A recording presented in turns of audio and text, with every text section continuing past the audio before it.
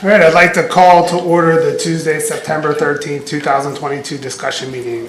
Please rise for the Pledge of Allegiance. Allegiance to the flag of the United States of America, and to the republic for which it stands, one nation, under God, indivisible, with liberty and justice for all.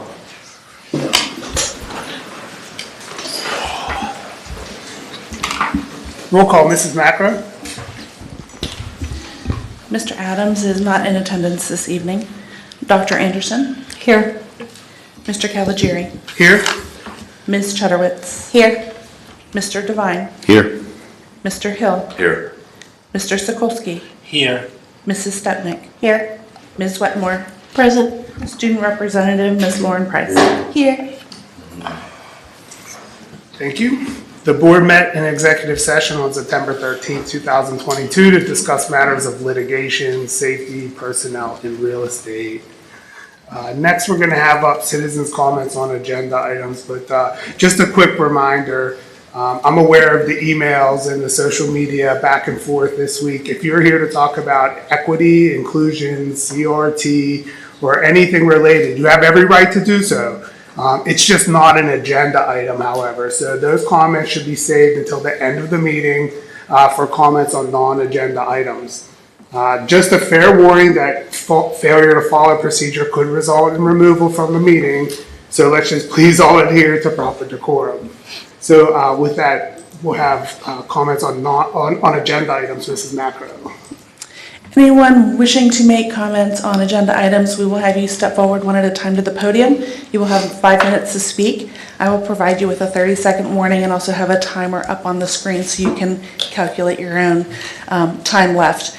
Please direct all of your comments to our presiding president, Mr. Caligiuri, and just a reminder that this is a time to share your comments as opposed to a question and answer session with the board. If there's anybody that would like to make comments on agenda items, please step forward at this time. All right, Mr. Caligiuri, back to you. All right, thank you. We have we're going to make one brief change. We're going to move item 9, facilities, to the beginning. We have some guest speakers with us for that. So facilities and operations, Mr. Hill, lead board liaison. This is exciting for me. I never get to go first. I'll enjoy this. But yeah, we have the Hayes Design Group, a facility study for a presentation. I just want to keep everybody in mind, this is on the infrastructure on the buildings. I know there's something on educational models. They're going to be in different phases, so this is just the infrastructure of the 2 buildings. And I'll give it to. Sure, thank you. So as you know, in June, we selected the Hayes Design Group to perform a facility study on 2 of our aging buildings in our district, both O-Block Elementary and the middle school. So over the summer, we've been working with Hayes Design Group to complete the first step of this study. And tonight, Mark Duane and Rob Renzi are here tonight with just a brief presentation to show you what they've been working on all summer. Go ahead, guys, you can take the microphone here.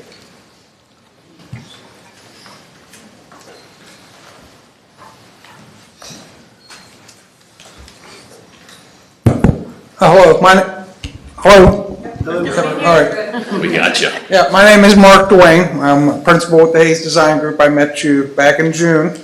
And with me this evening is Rob Renzi. He's a project manager with the firm, and he's been heavily involved. He's really going to take over all the details, but I just, again, and I think Ryan just kind of gave you a quick summary of what our study was on, the O-Block Elementary and the middle school, looking at the 2 more aging facilities in your district.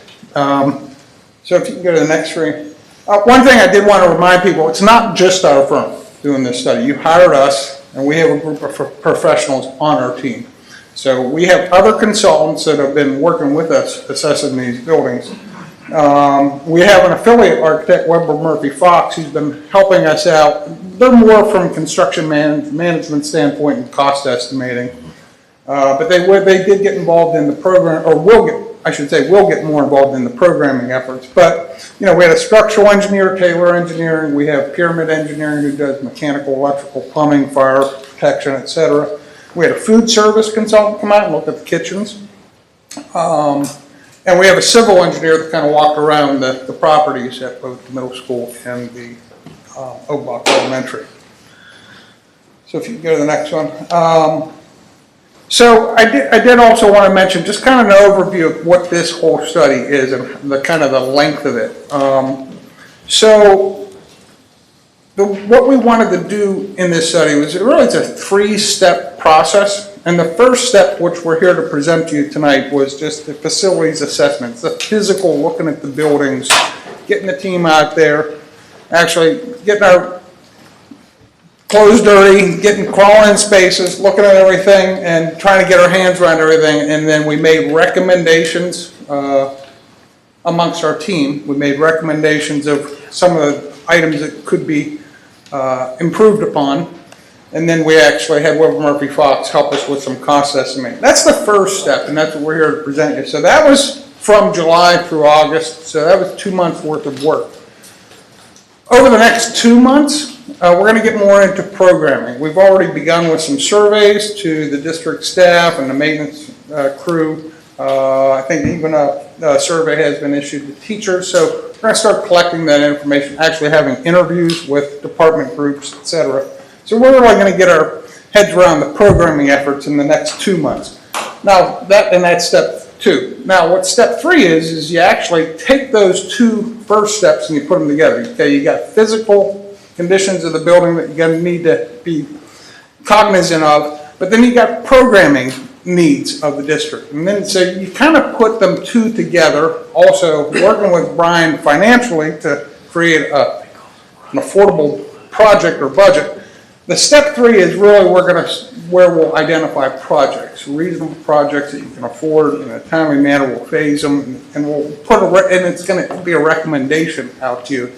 And that will probably take us, so step 2 will be presented in November, okay? And then step 3 will be presented in January. That's our targets. And we're going to try to keep our presentations brief, so that, because we've got a lot on your agenda. So I'm going to turn it over to Rob right now, who's going to tell you a little bit about what we've done in the last 2 months. Hey, Mark, can I add one other thing? When you talked about phase 2, I may have missed it, but we also talked about we were going to have some parents involved at the PTO and have the ability to give their feedback too. Did you mention that? I missed that. I did not mention it, Dr. Howland, but yes, yeah, we will. Thank you, Mark. So now I'm going to take us through each of the buildings and give you a summary of what we saw, what we observed. It's a little bit of a quick photo tour, field trip, and then we'll hone in on some of the more specific issues that were identified as recommendations. Again, the team came out and we looked at each building, looked at the shell of the building from the outside, the roof, the walls, the interior systems, walls and doors and floors and ceilings and the inside. We looked at, code issues, ADA accessibility issues. We looked structurally at the building, food service in the kitchen, MEP, and all those items. So we're kind of bringing that all together. And then you'll see recommendations, or you have seen recommendations in your packets that address things when a high priority, things that should be addressed in the coming 1 to 2 years. Then there are lower priorities that are 2 to 10 years. And just keeping your eye on that trajectory of the 10-year period. And in the case of the middle school, there's a particular item that's of a little bit more immediate concern, but we'll address that when we get to that building. But I just want to give you a context of kind of how we looked at each building, assessed things, and then prioritized it based upon that. And there was feedback. Again, it's been an interactive process, iterative with the administration and the folks, the principals in the building. Again, vet these things and make sure that we're getting input from people who are using the buildings day to day. We were there 1 or 2 days over the summer, and so we only saw that. We want to hear what's happening year round. Next slide, please. Thanks. So just real quick, quick lay of the land. We're on O Block Elementary first. The center part of the building that's light, that's the original part of the building. It was built in 1954, then added on to shortly thereafter in the late 60s. And then on the ends of the building, in the front and back, that's where the building was added on to when it was overhauled and renovated in around 2000. So that's kind of what's been done to the building to date. Again, that renovation in the early 2000s was fairly inclusive. They did a lot of things at that time. So that's about the reference point for a lot of things you're going to hear about. They're at about that 23, 24 year mark. Some things in the middle school are a little bit older. Next slide, please. Again, these are just a quick photo tour of, just to give you a sense if you haven't been in the building for a little while. Again, Overall, the building's, again, structurally sound, in good condition from that standpoint. You have good bones, there's good things to work with. We just want to point out some of the things that need some attention. And just a quick overview of the exterior of the building, the roof, the outside of the building. Next slide, please. Inside the building, well maintained, a lot of good institutional materials were used. That's a good thing. So you can, your floors are in good condition. You can see they're nicely waxed and shined there. The gym was in good condition in terms of a space. Cafeteria as well. You have good space to work with in O Block. Next slide, please.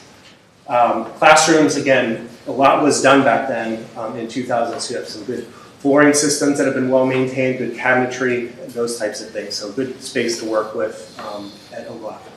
Next slide, please. So now we're going to get into some of the higher priority items. Again, this is not the entire list of high priority. These are sort of the bigger things that sort of distilled from that. I just wanted to point those out as we're going through today. There's other items on the list that are smaller in nature, but as we go through this sort of photo tour now, you're going to see some of the bigger items. So from the shell of the building that I talked about earlier, the windows and the exterior doors of the building, although replaced back in 2000, again, a lot of heavy use. The windows in O Block are actually very nice to look at. They're wood windows, but they have seen their time. You can see some of the front mulling on the outside is coming off. A lot of this has been addressed here and there by maintenance staff over the years. Condensation is occurring. There's some of the seals in the glass are breaking. So windows are a bigger item, as well as the exterior doors, keeping those doors able to be closed and locked and shut. And energy safe, respectful as well.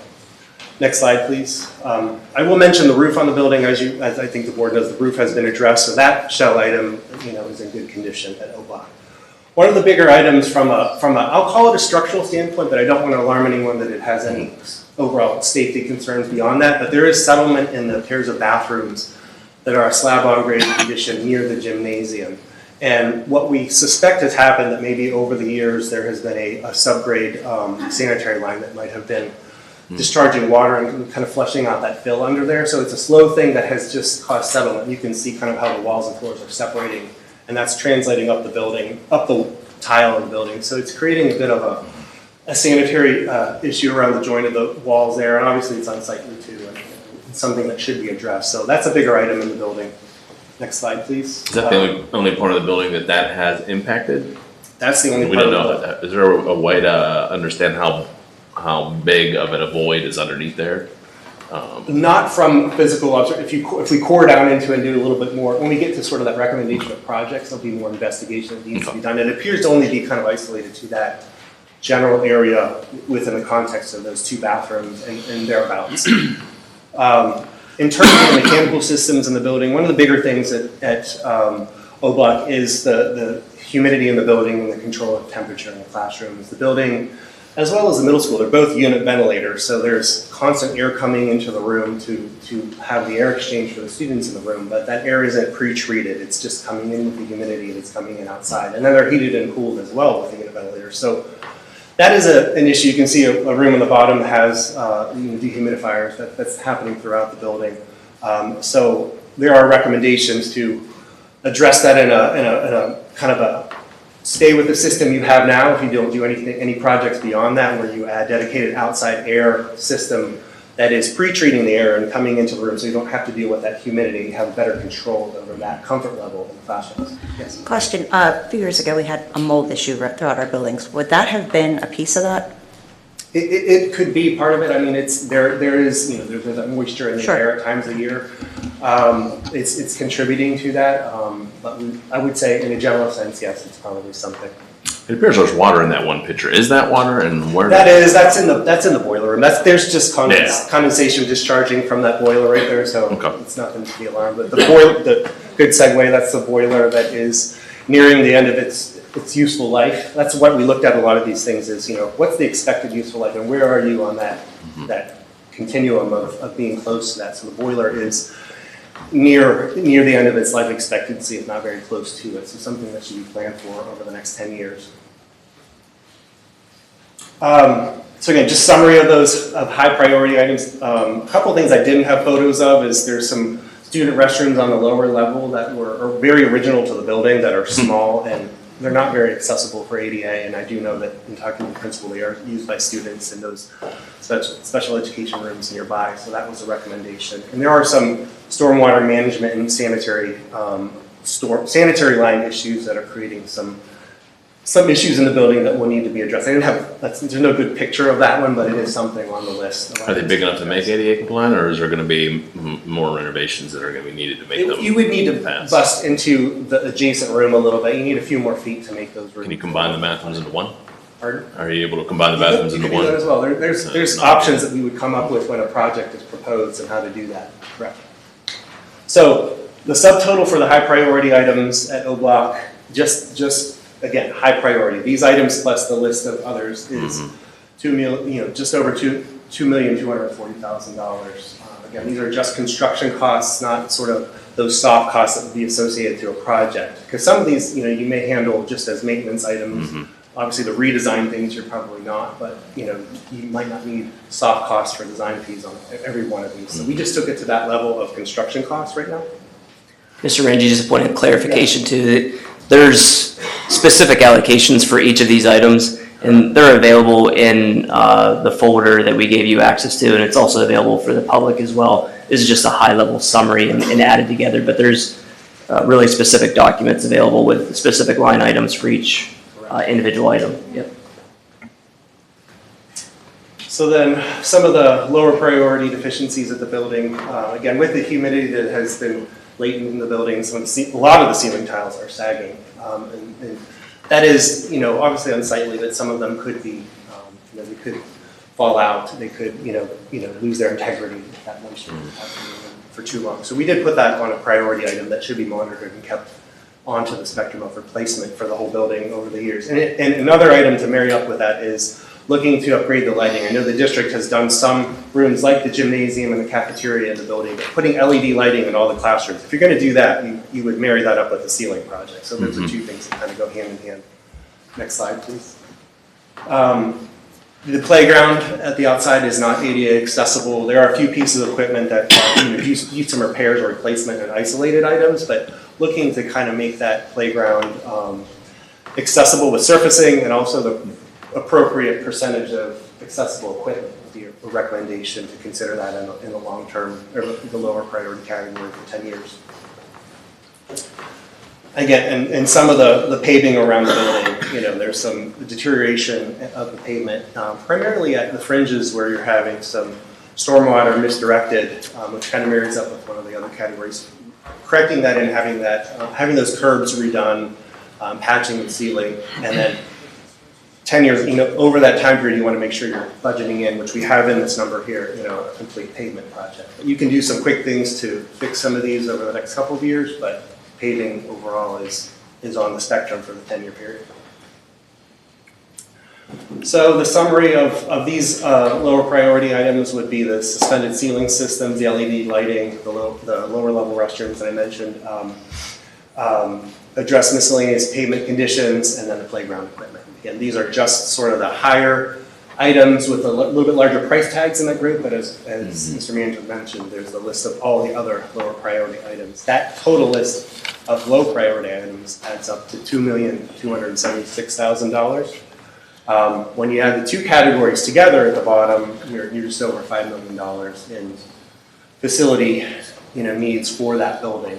And again, just as I mentioned before, that's just the construction, materials and labor's costs for those items that I've gone over. Are you guys able to seek out grants? Because I'm sure there's something we can get for an ADA playground where that can help subsidize. Certain things do have, grants associated. Would that be something you guys can assist us with? It's not really my expertise. The answer is yes. I've seen success where, they can design something and then we can go seek funding. Yeah. So they can assist with something like Yeah, that, certainly. we can certainly provide the information. That's a good answer. To get the grant, but. And out of curiosity, are these costs somewhat higher than they would have been a couple years ago because of the pandemic, when you're talking about materials? They are factoring in current construction costs for 2022. So we're trying to give you the most accurate information at this point in time. They're not projecting anywhere in the future either. They're, what we can give you at this point. But They yes. won't go down. All right, going on to just the middle school. Let me just flip to my page here and see if I have anything I missed. Similar approach we'll cover for the middle school. Again, the building, we want to flip to the overall key plan. Again, the lighter shaded parts of the building without the perimeter boundaries, that's what was built in the 60s, so the original building. Only one set of additions here in 1999, the classroom addition and then the small appendage to the gym area. Again, the building was globally renovated when it was added on to. There's a few things that for some reason were left behind at that time, but for the most part, the entire building was.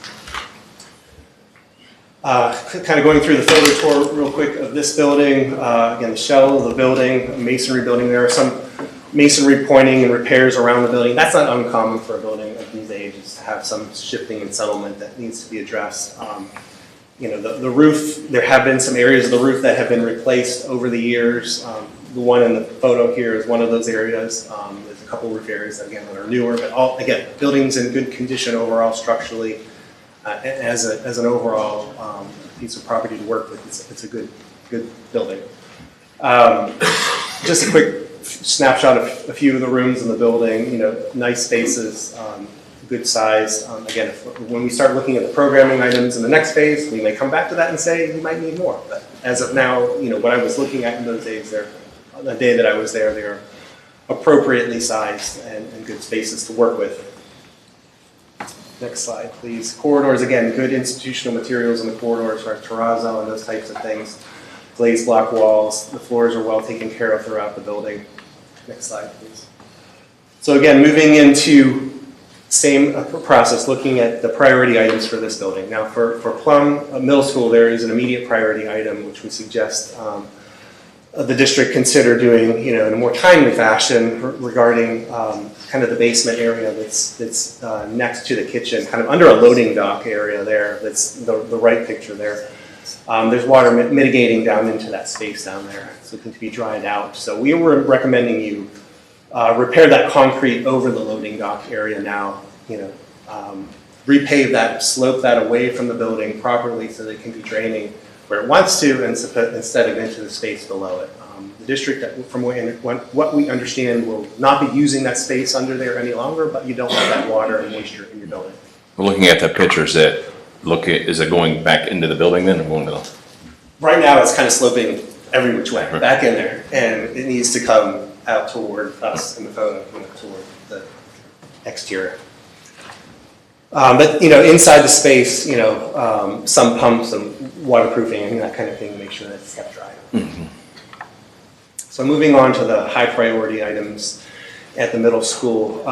Like I mentioned, some of their area of the roofs have been taken care of, but there are other roof areas that need some attention. We would recommend replacing those roofs in that 1 to 2 year period over those areas because they have reached their warranty period. We just put a nice new gym floor on.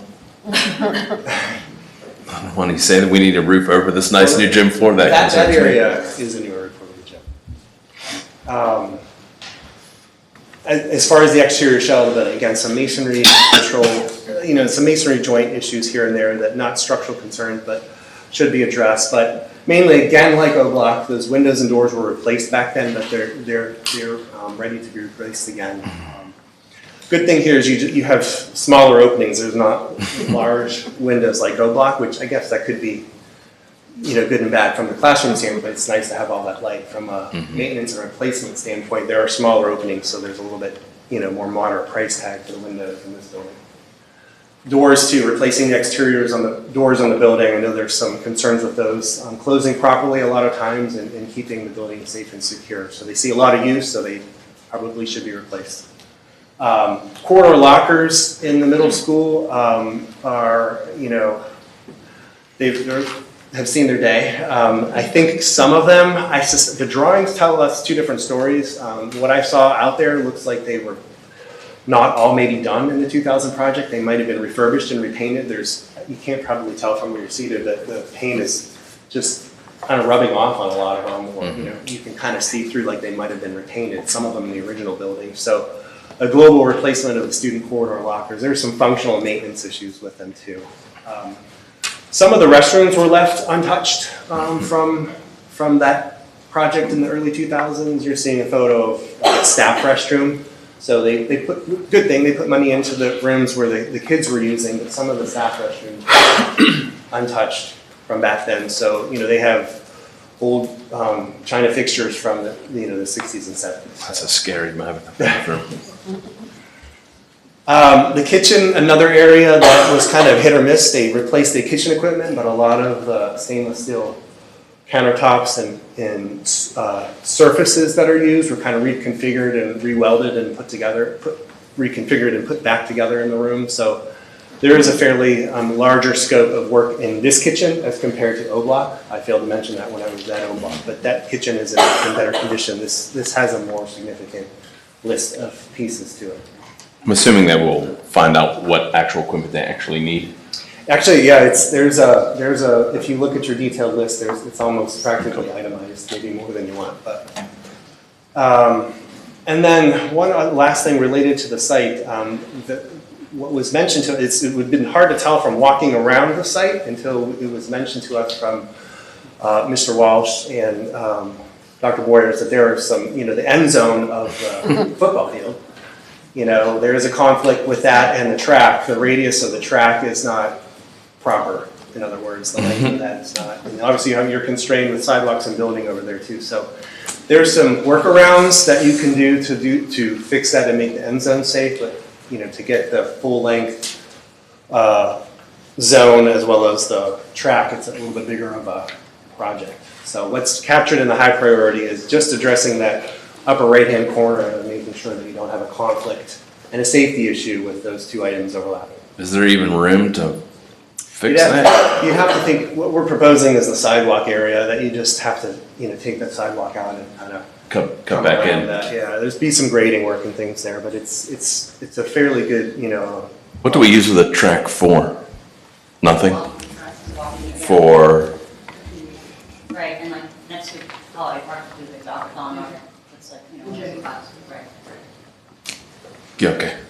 I'm not into it. Yeah, okay.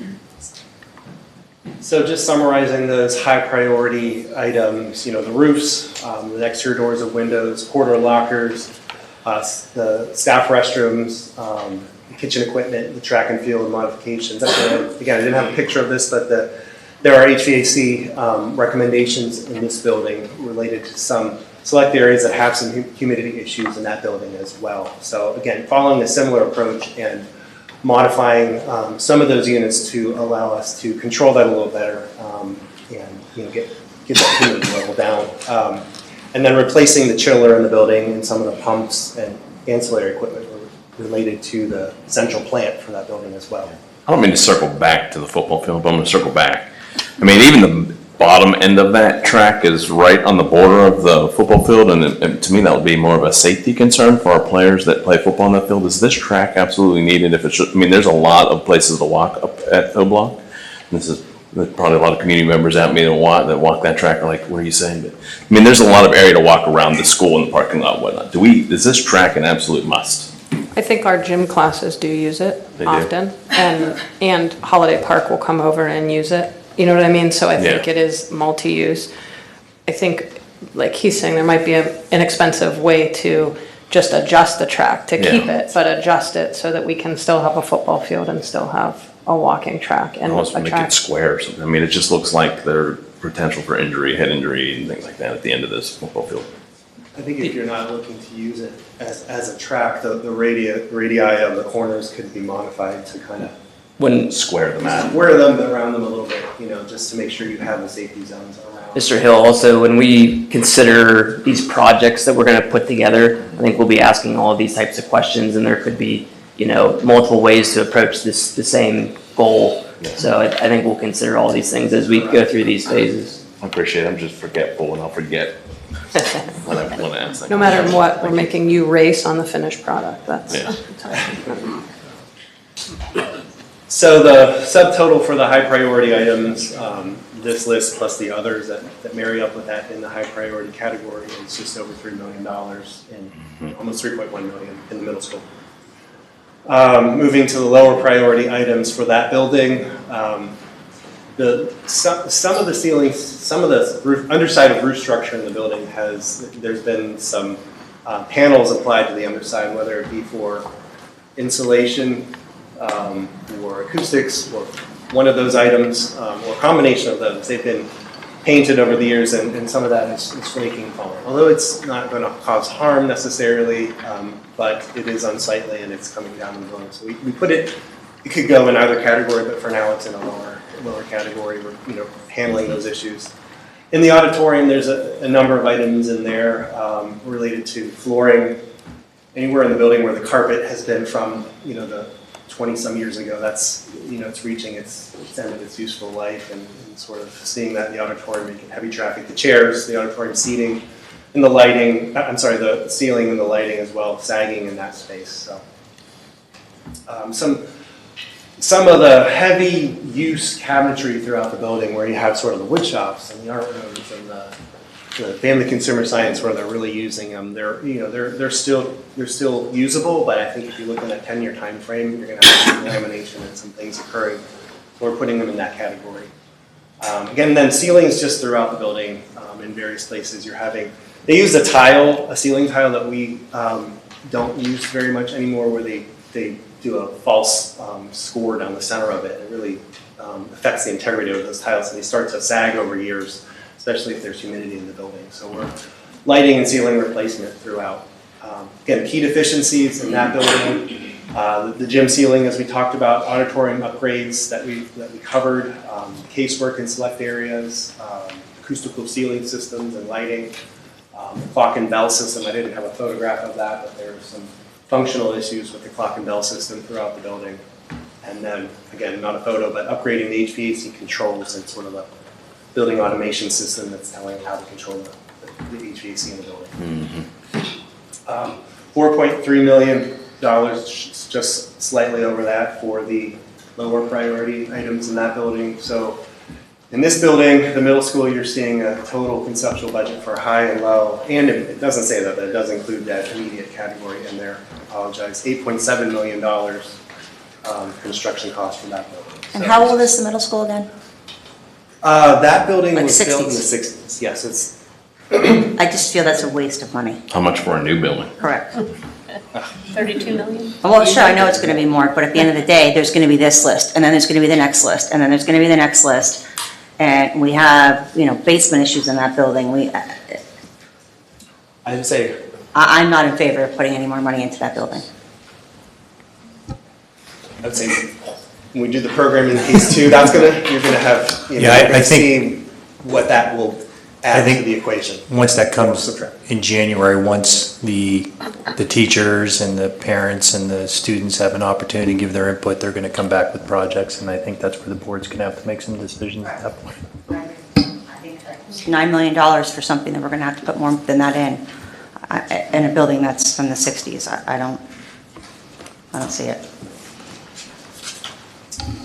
So that's a summary of the facility assessments and recommendations. Again, as I think Mark mentioned in the beginning, that they'll influence one another, as we've been saying. We may come back to some of these items and say that doesn't make sense to do, or that should be high priority now that we've talked to teachers and staff a little bit more in some of the meetings. So this is a good look at where we're headed, and I don't know that these numbers that you saw today are going to go downward necessarily, and hopefully they won't go upwards dramatically, but they will influence one another when the program piece is plugged in. Now, after you get the feedback from the teachers, is this an all or nothing recommendation? After we've had some feedback, we can discuss it. Can we say, we would like some high priority items and some, can we? Mixed categories? Yes. Yeah, oh yeah, absolutely. This is our recommendations as a group of design professionals, talking it over with some of the administration, up to date, again, so we can revisit. It's not an all or nothing. Perfect, thank you. Well, and we've had a couple other companies come in throughout the years and give us assessments, and I've matched this up, and it's the same list, and they had other lists that showed other things too, but this was just I know this is the immediates, right, and I respect that, but there's a much larger list, especially for the middle school. And that's where my concern is, because again, I have them all, so I sort of matched them all up when I was reading this. One thing I'd say, what I heard from you is John and your team have done an awesome job of maintaining these buildings, what you guys are working with. You've seen this list, your team has seen this list. Is there things that you agree with and don't agree with on this? As far as priorities or other things that you would like to, that you thought would be on there, or surprises of things that were on there? As we were going through the discussions, we gave them most of the things that were on their list. We wanted them to look at and give us a good assessment on them, because we knew that there were issues. Yeah. And it's just getting to those above the day-to-day issues that we deal with and the large issues we deal with every year. Cool. So we have been aware of most of them, and it's not very much more that we would add to that, because we went very thoroughly over with them the concerns that we had. I appreciate that, and thank your team for maintaining the buildings like you guys are doing, so. Thank you.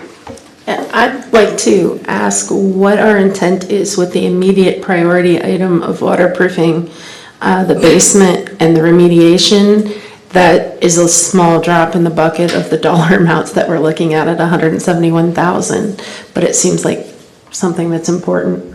And Ms. Wetmore, we've done that a couple of times already. There's been significant money put into that. It is an immediate concern, one that we've identified, and we specifically wanted them to look at and study. Mr. Walsh also has been looking over this throughout the years. It's been a lingering problem, and we're currently underway with testing some of those materials, cleaning up the space in general, and making sure that that space is permanently addressed is what we're trying to accomplish there, because it has been a challenging maintenance issue over time.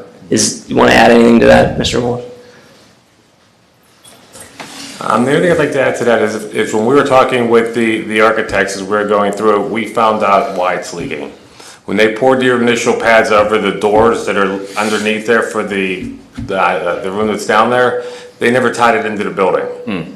And they picked that up on that pretty quick. It's something I didn't pick up on, but they picked up on that pretty quick. So when we take that all out, we're going to tie it all in and seal it properly, and that'll stop the leaks down there.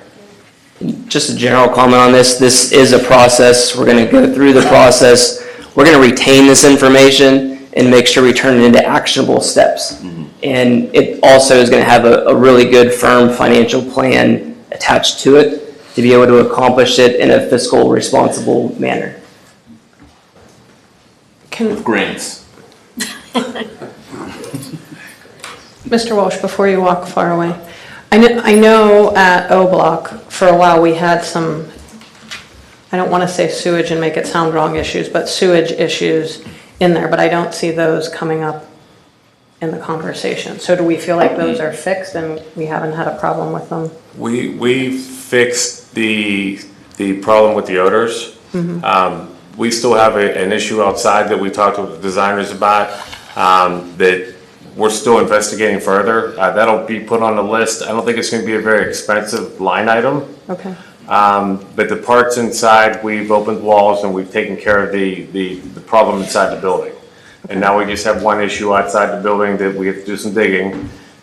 So that'll take place once we get the final designs back from the architects. I remember several years ago it being like hypothesized that some of that was under the building. But we're The feeling main like pipes not are under the building, and they're very deep under the building. They're about 7 feet underneath the main hallway. Why they put them that far down, we're still trying to figure that out. But what had happened was the vent pipes that come up through the walls and go up to the roof, they had deteriorated. And the copper was actually gone. There was very little copper left in those stacks. And we've replaced about 90% of them. Okay. So, and the other ones were still in good condition, so we didn't open those walls and get into those ones yet. I'm sure down the road we will have to. If we do a major renovation, that will be part of it. And I think there was issues there, Dr. Anderson, when Holiday Park went up, but I don't think that land could have really retained all that it did, to be frank with you. And it seems as if the community around there had major water issues. I know some of it was mitigated, but I think that there's still some that transpires there, and I don't know if it comes from the junior high or middle school or Holiday Park. I don't know if it comes from either of those places or if it's just collectively happening there now, but that seems that issue really grew after Holiday Park was built. So there might be some sort of tie in there we don't know. If I could suggest this too, if anybody has any lingering questions or concerns, the team is available to address any of these issues. So if you want to filter me to myself or Mr. Walsh, we can make sure we get it to their team and they can analyze it further and get you some really good responses to any of those questions. Thank you. Absolutely. Appreciate you. You're welcome. Thank you. Thanks for coming tonight. We appreciate it. Thank you. Thank you.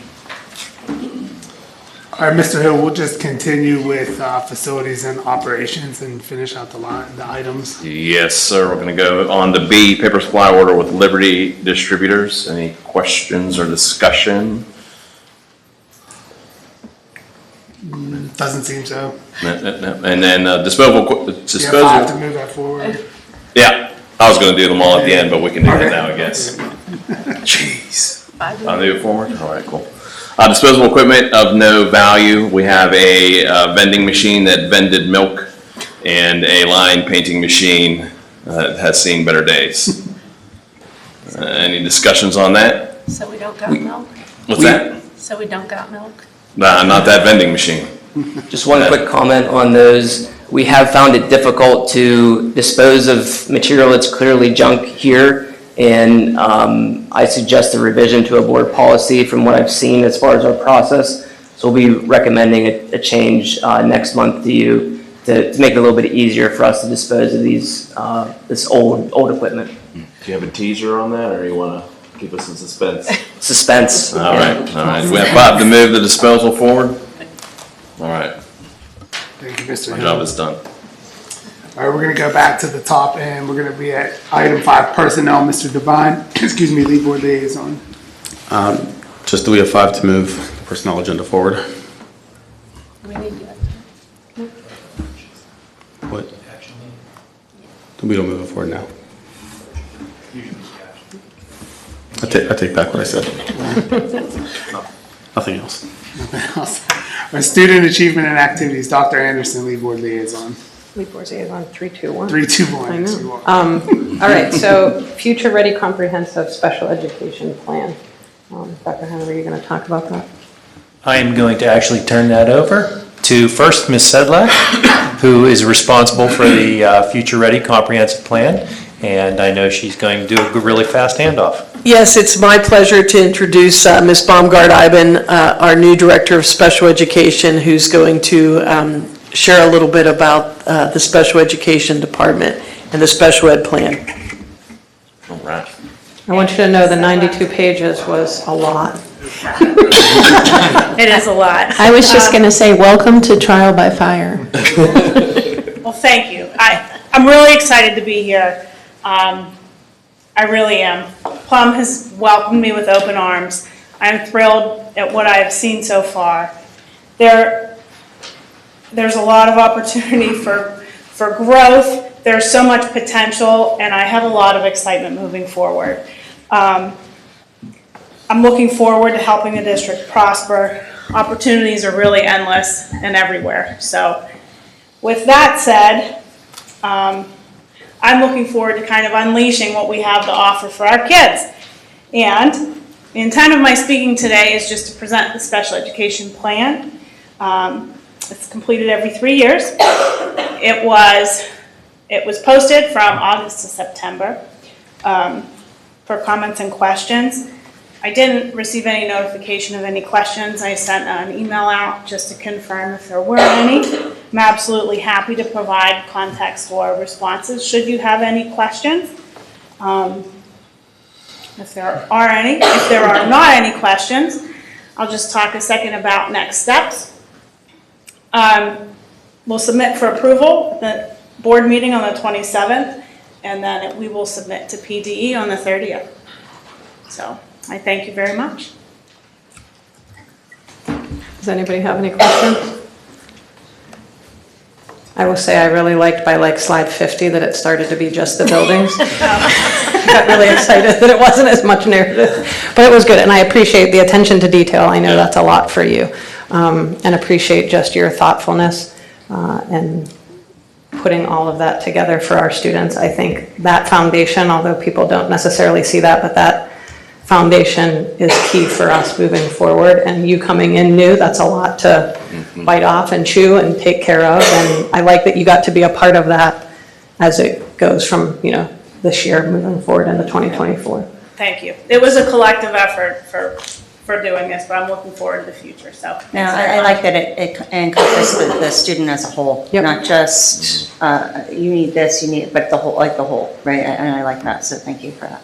And I just want to say, again, I got to sit in on some of the meetings, and you and your team are excellent. We are very fortunate. I'm so glad to have you here in-house and ours. I think that that's going to do a lot of good for our special education programs and for parents, so, and kids. So, welcome. Yeah, Thank you. Thank you. Thank you. Dr. Hyland, did you have a question, Megan? Oh, yeah, just one real quick one. With all your assessments and tools, as far as a methodology, is that somewhere that if parents wanted to see a list of what the assessment tools that were consulted, if they could go and take a look? In terms of, With the you took me to a different page. studies and in methodology used as far as how you made your determination into compiling such data? The majority of the information is available online. I can help you navigate like specific. Yeah, like where in could terms have, I guess if a parent wanted to see, what surveys and what lists were, went into compiling your data, is it listed on the special education, under the So website? if they're internal surveys, I'm gonna ask Ms. Sedlak We maybe don't to. do any surveys. The data that comes from PIMS.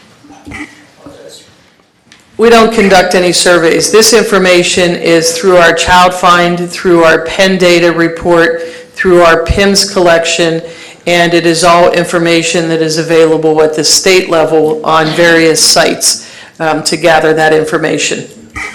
And the special education website really talks about Child Find and the different services. So parents should go to our website and the special education pupil services.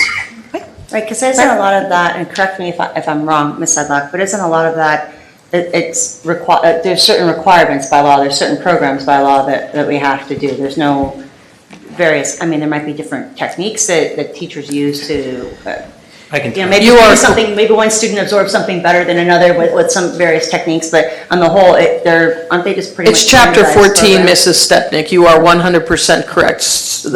Chapter 14 of the Pennsylvania School Code directs the special education. Chapter 16 dictates the guidelines for gifted education, and chapter 12 is the student services. So you are 100% correct. And all of those different laws, they highlight the different tools that are required, so. A lot of that is for a student that has an IEP, an individual education plan. Through every meeting, they were given their procedural safeguards. They go through the IEP document, which lists all the assessments that they have. Whenever they do a reevaluation, they have all the assessments that are there. And whenever they do a comprehensive evaluation, the assessments that they use are there as well. And I think it's good to let parents know that, like, for instance, us K to 6 parents just received, hey, your students are doing your DIBELS test, right? So that's what, they come home and say, I had to do this DIBELS test. That's their reading comprehension.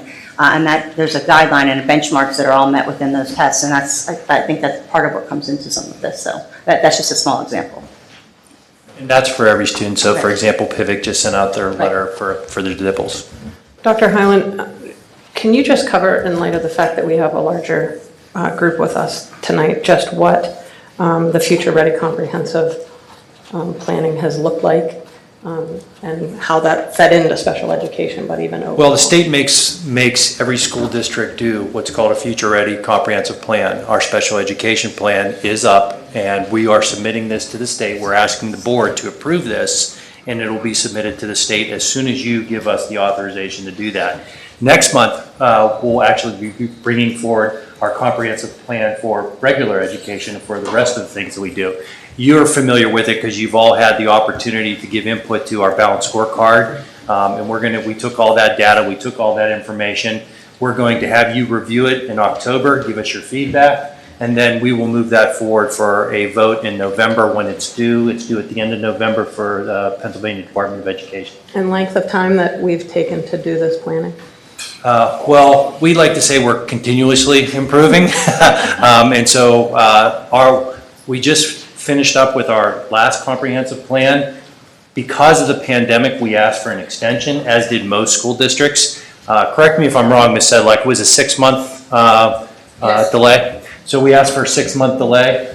So from probably, I would say, we asked the board for input actually at the end of the school year last year, and we've been taking that input, and the teams have been working to come up with our key performance indicators, as we have talked about, and I know you all know. So for those folks that are interested, at next month's board meeting, we will be presenting what we refer to as our balanced scorecard, and what I refer to for our administration when we present that, that's our Super Bowl. That's when we basically tell you how well we're doing and how well we're not doing and how we need to improve. So if you're interested, come on and come to the next meeting. Thank you. You did, absolutely. Do we have 5 to move that forward? Yes, ma'am. Absolutely. Okay, thank you. All right, letter B is the renewal of Wesley Family Services Agreement. Any comment on that? Any questions? No, ma'am. Okay, do we have 5 to move that forward? Okay. We have the varsity, letter C, the varsity cheerleading request for the overnight national cheerleading competition in Orlando, February 9th through the 13th, with no cost to the district. Any questions or comments on that? Good luck. Good luck. Good Just luck. get 'em. And awesome that it's happening. Yes, again. that's what I was going to say. We're back. We're back. Right. So. And then letter D will be, and we can, well, 5 to move C forward. Yeah. Okay. And then letter D is for varsity baseball to be able to attend their spring training in Tampa, Florida in March. Do we have 5 to move that forward? Awesome. Okay. And then letter E, we get to send Dr. Walsh away to attend the annual PDE Data Summit in Hershey, March 27th through the 29th. That is at a cost to the district of $1,050. We have 5 to move that forward. All right. And then letter F, we delightfully get to move forward grants, awards, and donations that have happened by various staff members. So always thankful for those. Do we have 5 to move those forward? Thank you. I just have a question. Do we have the breakdown of the, from the Western PA Police? Do we have the breakdown of that? Did we get all that information? I did not receive anything on that. Did you? I don't necessarily have a prescribed list, but I have a picture of the things that are in there. I can tell you there are markers, there are composition books, there are stickers. Okay, great. I can send you a picture of it, but I don't have a list. I was doing my community report, and I wanted to put some stuff in there for the next. Are we fine to pass it in that fashion? And we'll add it to next month, or what do we do with that? I'll defer to Dane, but it's de minimis, I would think, Dane? Or do we need a specific list? We don't have a specific list on the other ones. Nah, it seems rather de minimis. I think we can move it forward and just correct it later. Thank you. So add it to next month, or add it to this month? I think it can move forward. Yeah. On this one? Yeah. Okay. Dr. Anderson, I would just like to say, I mean, our teachers, through all of the various challenges in the last couple of years, and the donors choose, it's awesome to see consistent contributions. And I know that there's, certain days that they have, that they get a dollar match from national, grants and whatnot. And I just think it's awesome that they just continue to do this year after year, and the amount of resources I think that the community doesn't realize actually come into our classrooms from that. It's huge. Yeah. And it really supplements it. And I love that we see this monthly. Yeah, I see a lot of repeat teachers in there frequently. And I think also to recognize the Plum Mustang Foundation giving T-shirt money for Rachel's Challenge. And I think important to note as well, just the value that Rachel's Challenge and the impact that it's having on our students. And I would invite the audience as well, if you're looking for something to research, look up Rachel's Challenge and see what it's all about and the impact that it's having on our students, because it's a profound method and way to teach our kids about kindness and respect and how they should treat one another. And I think that it would be good reading for you. This is just our second year, right? The second year for Rachel's Challenge. Not even. Yeah. Is there an adult training for that? And also to thank the police athletically. Yep, I'm sorry, yeah. Yep. Yeah, you did, that's okay, perfect. No problem. But yes, to thank the Western PA Police athletically. Okay, I don't have anything. Do you have something else? Oh, Adam. No, do we have 5 to move them all forward to the last one? Yes, do we have 5? I thought I did it. No. I thought you did too, but. All right, we'll do it again. No problem. Okay, nothing further. Mr. Caligiuri. Thank you. Yep. Safe and Supportive Schools, Mr. Adams is not here. Does anybody have anything on his behalf? No. I do not, but I'd like to thank Officer Hannah, if I can, since it's school safety related. The parents are very grateful that we're working a system down at the concession stand to get in and out, and it's less work on everybody's part, so thank you for that. I think we found a compromise. Chief now. All right, Budget and Finance, Ms. Chudowitz, Lead Board Liaison. For for letter A, the treasurer report, and number 2, the food service bills for August 2022. Any questions of those? Do I have 5 to move those forward? And letter B, I think I'll echo everybody's sentiment with number 1 for the following student activity accounts with Rachel's challenge, how to treat everybody with respect, kindness, and professionalism. And number 2, the Special Olympics at the senior high. I think that's this will be we've only had it, this will be going on our 2nd year. So I think that's amazing. Both of those are some great resources for the community. Any questions on? That first Special Olympics was amazing. Do we know when the next event is? I know it's not really budget and finance, but. Unified Bocce Ball. Yes, that will start in December, Dr. Hyman. Cool. Awesome. If we start a basketball team, I have a nephew who's a ringer, so. Yes. No questions? 5 to move those forward.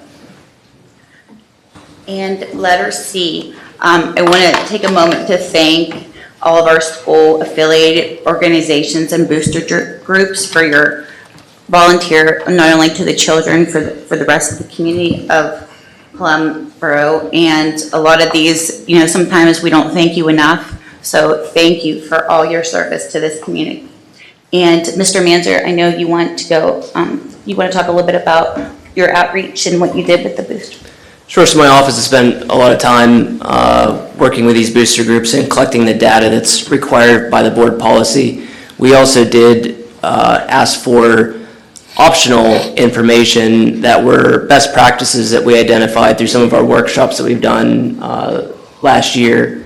And that list was provided to you a little bit more specifically in my capsule report, and you can refer to it. Some of these booster groups have, I'd say, challenges. If you've ever volunteered for a booster group, or I'm sure you've at least written a check to a booster group, there's transitions that happen each year with leadership.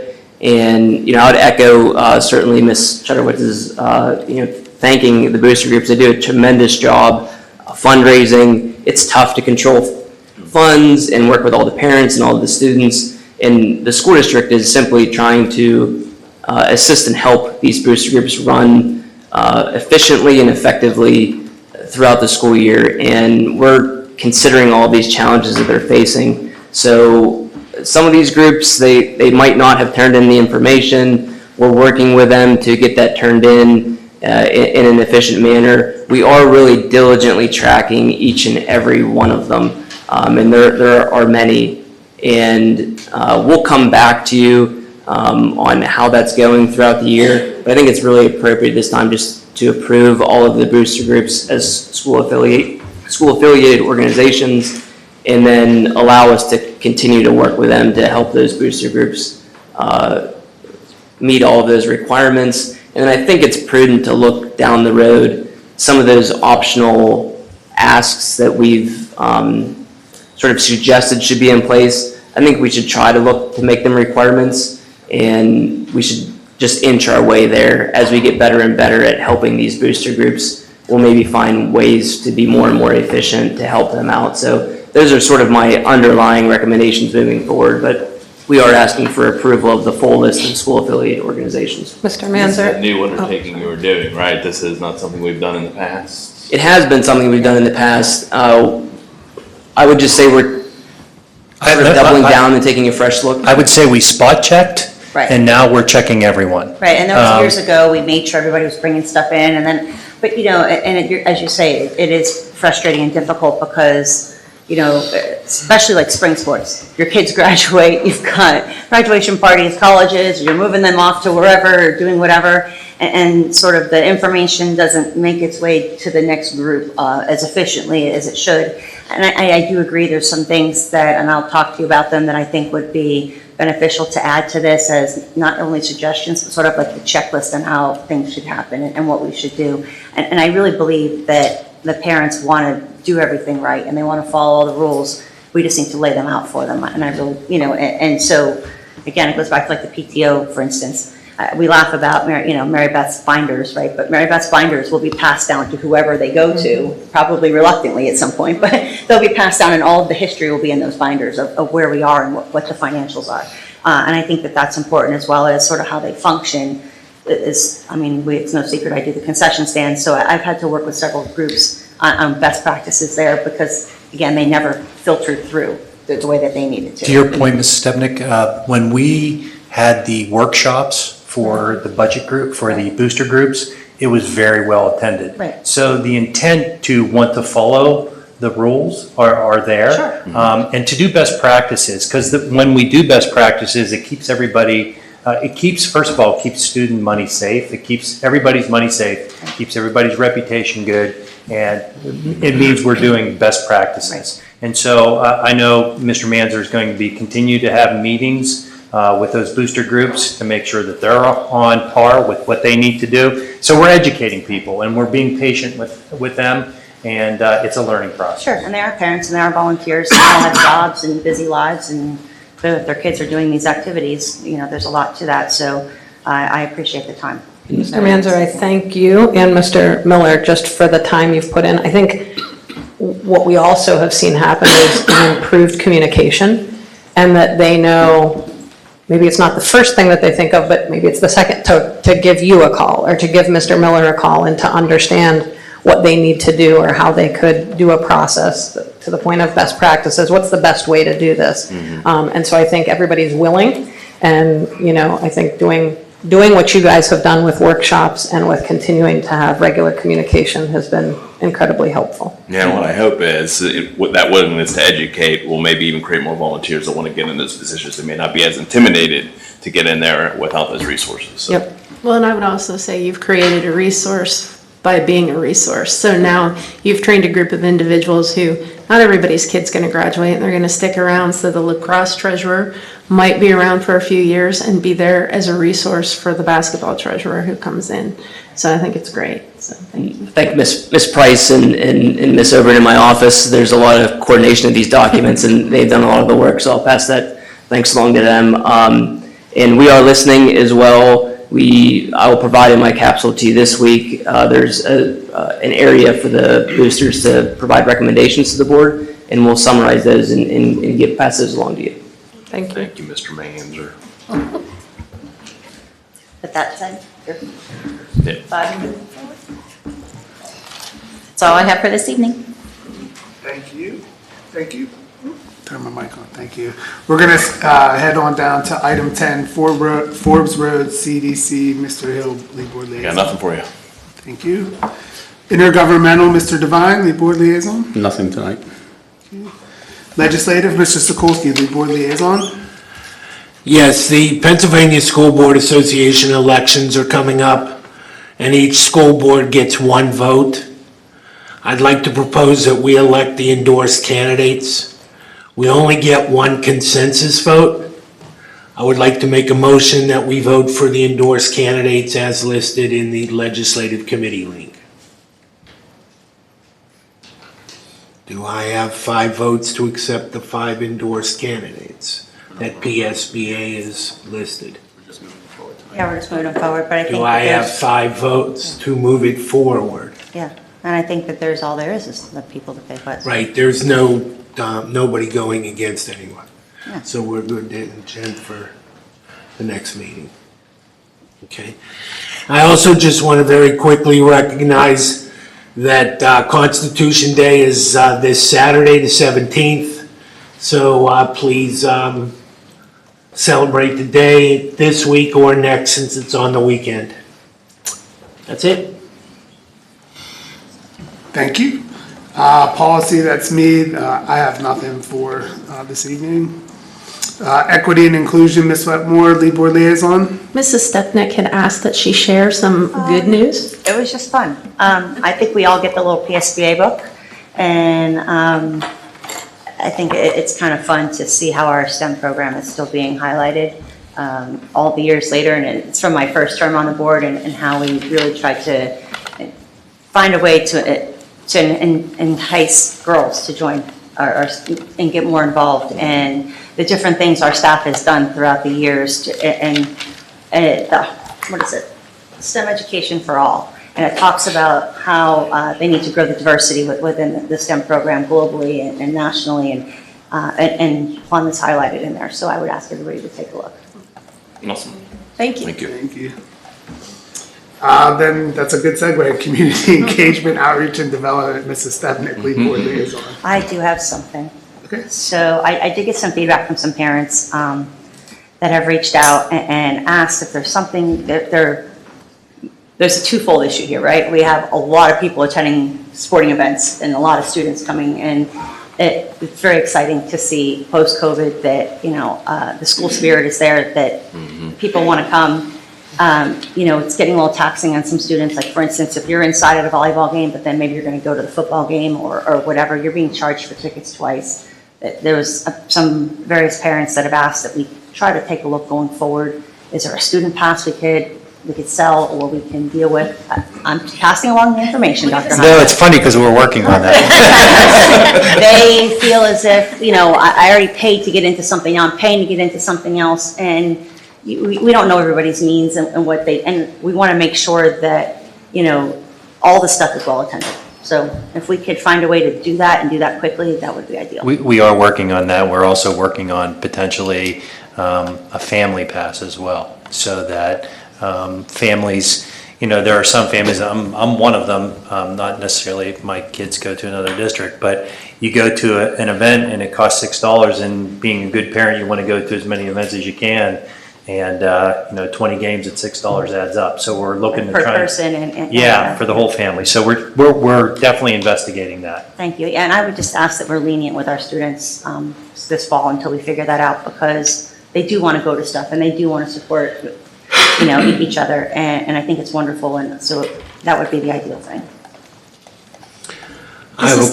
Oh, go ahead. Go ahead. No, it's fine. Go ahead. Mrs. Stepnick, I just wanted to say that I thought it was awesome to attend a football game and see our kids directing traffic and helping out with their orange vests on. And I believe it's the JROTC Yes. group. So Yes, we actually have a parking problem right now, Yeah. so that's a good problem to have that we're solving, but yeah.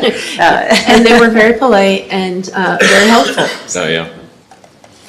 Which actually leads me to my question. Have we gotten any further on the setup for the shuttle, for a possible shuttle or anything? Yeah, they're working on that. They're going to try and get one for this Friday. There has to be some communication. It was quick, but I spoke with Mr. Miller today, and they're in the final stages of trying to get something out.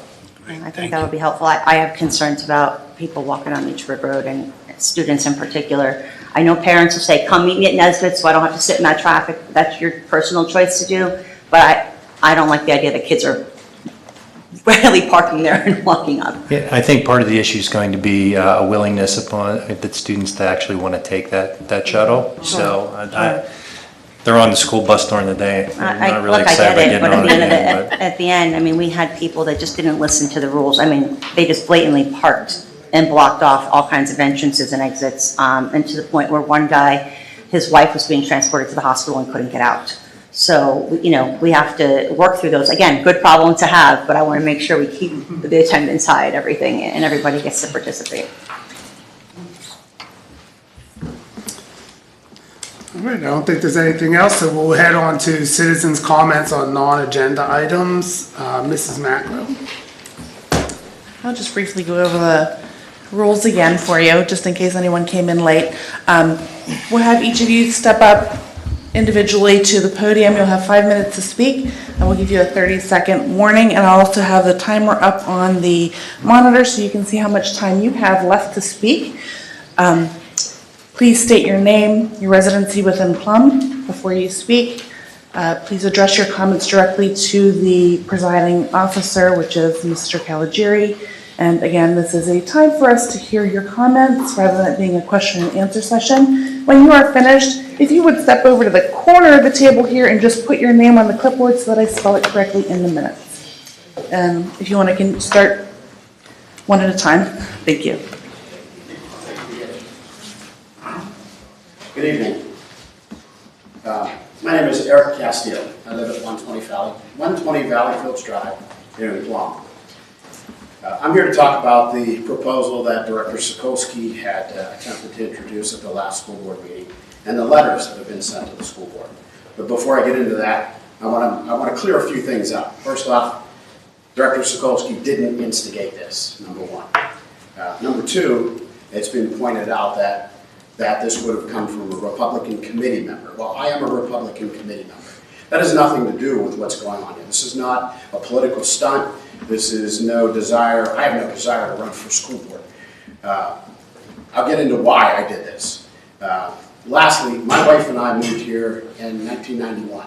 My son was born here, and he went through Plum School. He graduated in 2013. So I don't have any children in school. So you might ask, why am I standing up for this? So I'm going to answer that. Last year I ran for Allegheny County Council District 8. Whenever I campaigned, I told everybody I was going to stay committed to all of the 17 municipalities that are part of this. And that's what I'm trying to do. I'm trying to stay committed to the communities that I went out and talked to. Several families reached out to me, and this was not partisan. These were families of different political parties. And they were concerned about some things that they saw happening on the first couple days of school, about surveys. They saw the posting that Director Sokolsky put up there about the proposal, and they brought it to me and asked for my guidance on it. So trying to stay true to my word, I looked at it. I reviewed the proposal, and I went up and I read through each and every section of the school board policy. There's a lot there. We have some good policies. We have some good anti-discrimination policies. We have some good anti-sexual harassment policies. But I do think we are lacking on things that some of our parents are concerned about. When we look at ideologies that come in and want to push a certain thing. I'm going to tell a quick little story. I grew up here in southwestern Pennsylvania. I had an assignment in elementary school. Our assignment was to write about our heritage. And we were to get up and read our letter in school. So being my last name starting with C, they went alphabetically. I was one of the first ones to go. Later on at lunchtime, one of my classmates came over, and I happen to be of German heritage. One of my classmates came over and called me a Nazi. Now, I took the approach, sticks and stones may break my bones, but names will never hurt me. Let it go. But it still bothered me. The next day, that classmate got up and made his presentation. His ancestors were also from Europe, but it turns out that he was of Judaism, faith. And his ancestors had been tortured by the Nazis. Fully understand. What he didn't understand is where I came from. So later on that, one of my other classmates went and called him, and excused the phrase ahead of time, called him a Jew. And I said, wait a second, that's wrong. What he did to me was wrong, and what you're doing to him is wrong. These are things that we shouldn't have happen. And as I sat down and we explained, my ancestors were farmers, and they came over here in the 1800s. They weren't even around when the Nazis came to power. So some of that, we look at, some of these ideologies want to say, well, because of one person's race or sex or particular ancestry, they're responsible for somebody else's.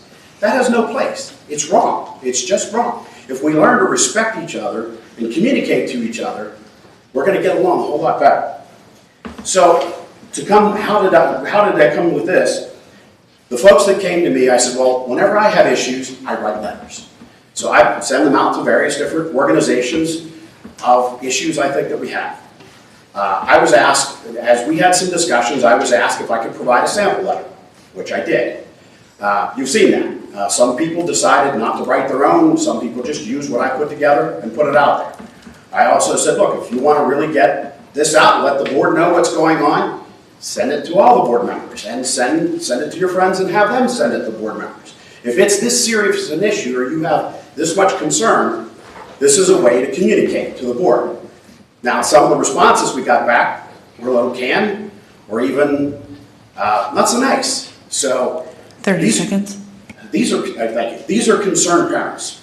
So I'm asking you, let's have a discussion instead of just ignoring what Director Sokolsky had put together. Maybe it's not the right thing. But rather than ignoring it or refusing to have a discussion, let's have a discussion. Because when it comes to policy, that is the board's decision. That is your responsibility and your accountability to the people of Plum. You're our representatives here. Now, regardless of what reason you came on board or what, you do need to be listening to the people that are here. That's your time, Mr. Chris. So I ask you to consider that. Thank you for letting me talk. Have a great evening. Thank you.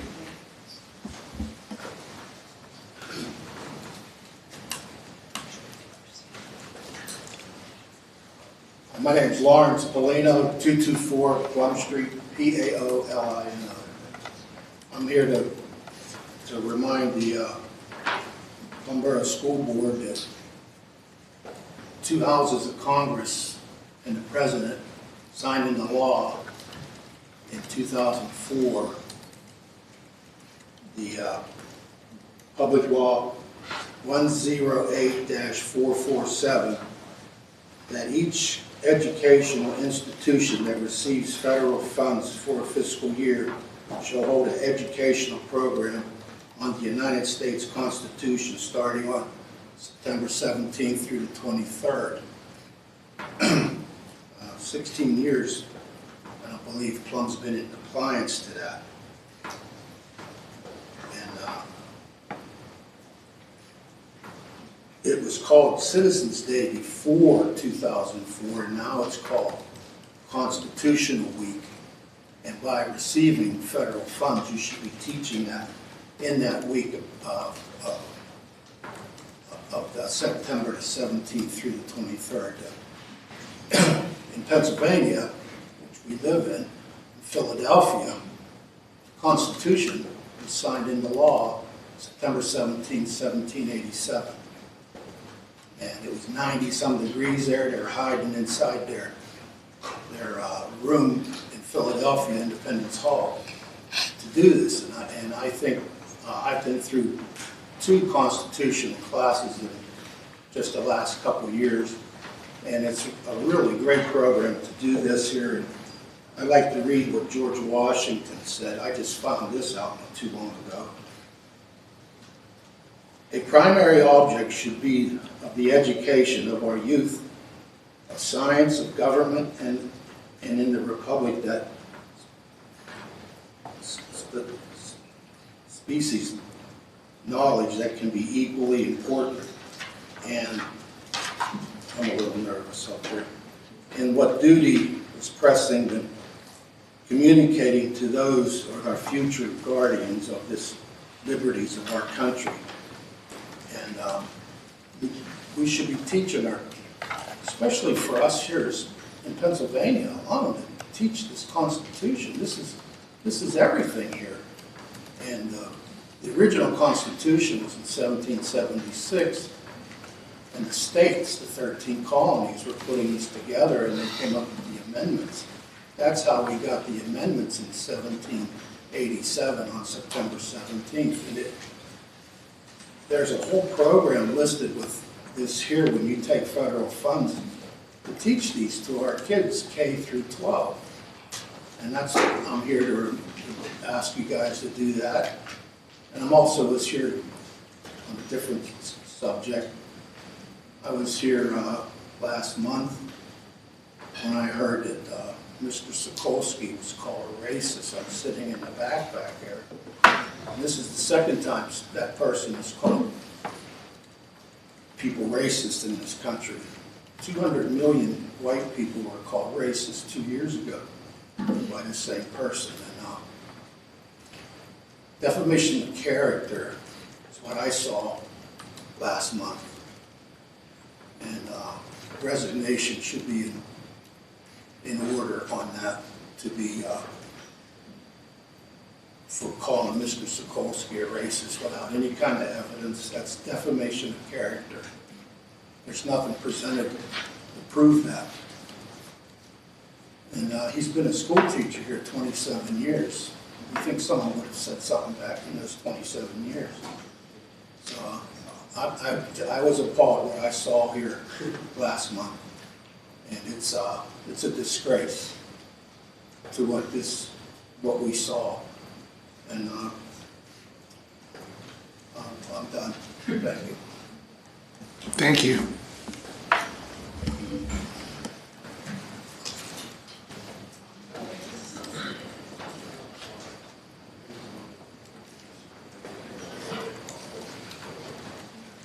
Hello, my name is Cheyenne Burris. I'm in Plum High School alumni from class of 2019. I'm here on behalf of my family and my siblings who attend Plum Senior High School. I live at 7704 Aspen Drive. And I'm here today because of the events that happened at the last meeting. I really didn't go and attend school board meetings while I was in high school, except for when we had our mold incident, which we were trying to get our senior day so we could get out of school. It's the only time I've ever attended. But with this, the events that have happened for me and my family, how diverse we are with the colors of our skins and everything that's been going on, I feel like as a student that was here and as my siblings are going into this school, I don't want them getting singled out because they don't look like each other. My brother looks like a straight white boy, and then my sister looks like me, but she's a little darker, so that complex, whenever you see them in school together, you don't think they're related at all. And my sister's already been through the you're black, you're adopted with my brother, or my brother's you're adopted, she's not your sister. With the events that have been going on recently, even on social media, a lot of people aren't really focusing on each other's feelings. Yeah, history has been a factor of it, but that's not all true. A lot of things that we are taught through school, from my point of view, aren't the whole truth. I've learned, researching by myself, that a lot of things in school that we learned aren't like the Irish. They were slaves before the African Americans, but we're not taught that. There are certain things that are withheld from us in our education that we're not taught until we get onto the real world and we're just shown what we've been taught, but it's not the full story. And I feel like Mr. S's proposal for his proposal of the right to an equal opportunity, that it's true, everyone is equal. It's not just because you're this way or you're that way. My hair is not naturally straight. It's curly. And because of my hair, the way it would look if I walk in here, you would assume that I'm a certain race. And I'm not, I'm a mutt. So I feel like everyone needs to be heard, rather just don't go over other people. I've been through it with school. I went to Penn Hills originally.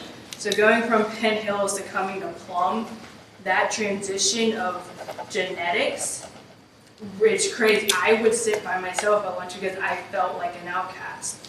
With the different races I could see throughout the school, throughout the cafeteria, compared to myself. You can see it between the students, but they don't act like it. It's taught to act and separate yourselves, to be within your own groups and not with everyone. So I feel like from me graduating and coming back here to talk to all of you guys, and my siblings are here, and I don't want them to feel like even though they're blood, they really aren't because of what they look like on the inside, should be addressed to everyone here. Everyone everywhere is just one. We're free. Everyone is one here. We're not this group, we're not that group, we're not this group. Yeah, you might check a box whenever you vote because that's your choice, but that doesn't identify who you are when you go home at the end of the day and have a meal with your family. Thank you. Thank you.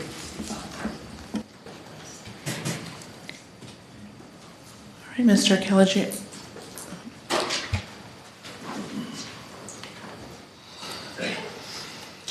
Hello, my name is Michelle Gallagher, 7 Heather Court. First, I'm here as a member of the Distinguished Alumni, the Plum High Distinguished Alumni. I just want to remind you all that we are back, and I hope that I know you all got your invitations to come to our final induction of the class of 2020 on October 6th. I hope that you all will decide to come. That being said, I want to remind you all as representatives of our community of the separation of church and state, especially in a public school district. So I want to remind everybody of that. You are all here as representatives of our community and representatives of everybody that sits out there, the 35,000, 40,000 people out there. Remind yourselves that. You represent all of them. To give you a little, I'm playing catch up a little bit with this, and maybe, myself being on social media and, coming late to the party a little bit on this, but I'm really not. As most of you know, I was a school board member several years ago, and in 2017, our school district did have an issue of the Confederate flag.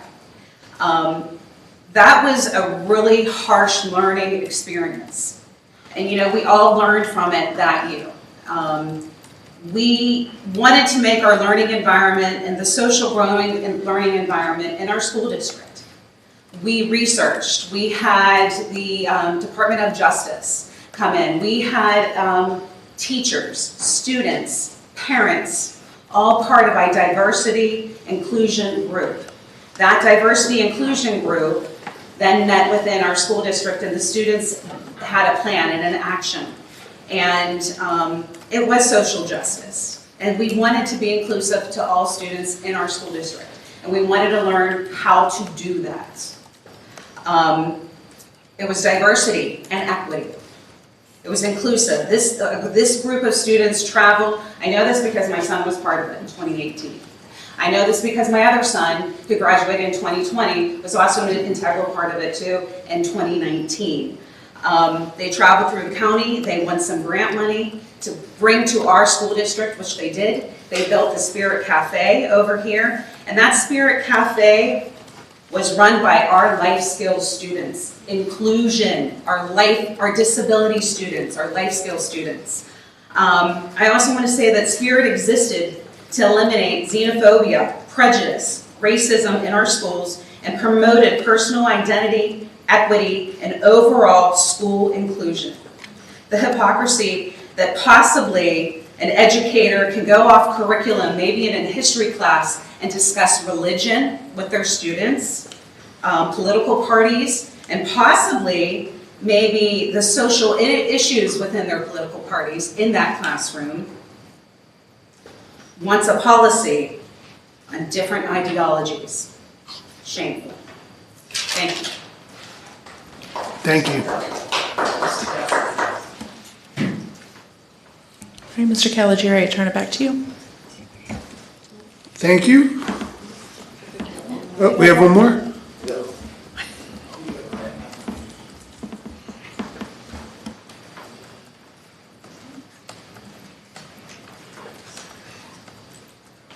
Hi, my name is Raymond Rawle. I live at 4707 Havana Drive. And I'm here because I want to make sure that that whole policy from Mr. Sokolsky stays put to bed. There's no place for that partisan politics in school. I pointed out to Mr. Sokolsky that the policy that he put forward basically is word for word from the Florida laws that did the same exact thing. It's jumping on the bandwagon of partisan politics, which should have no place in school. There is no issue of CRT in the school. There's no issue of any of that. I have kids in every single grade level in this district. I've won elementary, the intermediate, middle school, and high school. I've never once seen one little piece that even was close to espousing any type of CRT ideals that his policy is trying to get rid of. I'm a social studies teacher myself, and I can recognize these things when I see them, and it's not there. So it's essentially putting a policy in place for a problem that doesn't exist. And it's jumping on partisan politics that just happened to be in an election year that I think has a big part of it that they're trying to spark a flame with the election coming up soon. I think it's shameful. I think it's wrong. Diversity and inclusion should not be put down. And I feel like from reading that policy, the point of it is essentially to get rid of those things and so we can go back to the way things were. It's 2022, not 1963, and these policies should not even exist, especially at a school level where politics doesn't have a place. Thank you. Thank you.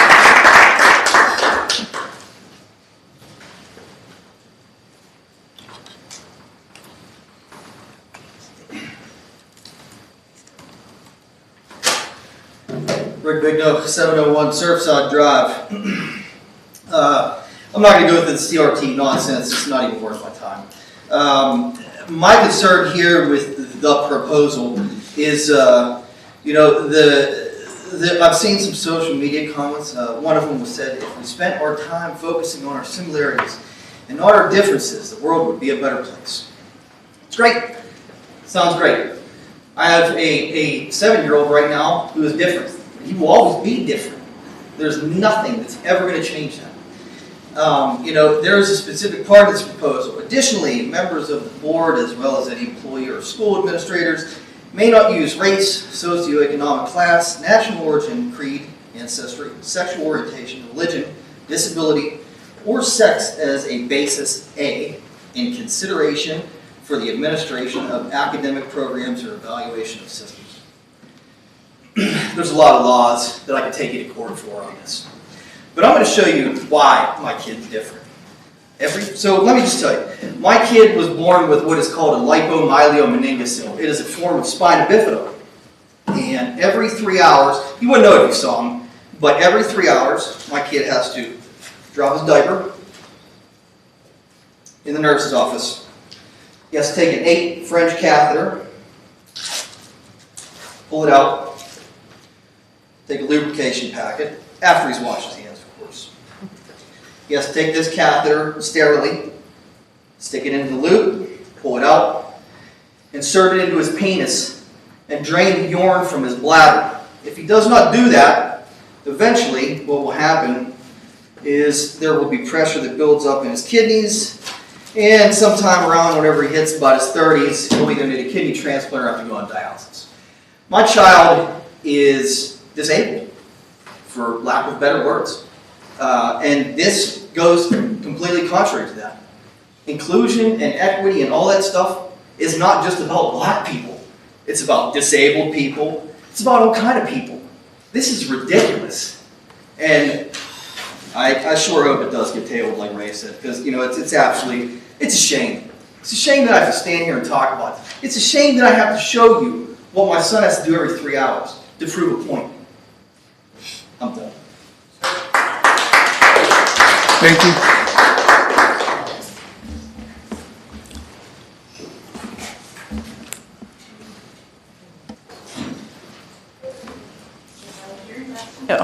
All right. Upcoming public meetings are board action meeting on Tuesday, September 27th, here at the library at 7 p.m. Do I have a motion to adjourn? Motion. Second. Motion and a second. All in favor? Aye. Any opposed? Motion passes. Thank you.